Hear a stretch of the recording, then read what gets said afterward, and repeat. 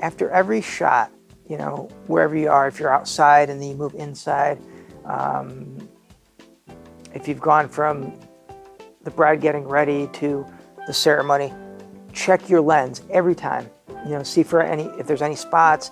Always have, you know, a little microfiber cloth that you can clean it, but constantly look. If there's any chance of like a rain or anything wet, you're gonna get spots on there. You're gonna get dust. If it's outside, you're gonna get pollen.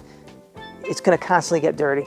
So always look. If you're changing lenses, there's a good chance somebody got a fingerprint on it. Check for that every time. And really hold up to light and look for those marks and clean it constantly during the shoot. Don't just be like, I cleaned at the beginning, I'm gonna leave the rag at home. No, take it with you and constantly be cleaning it.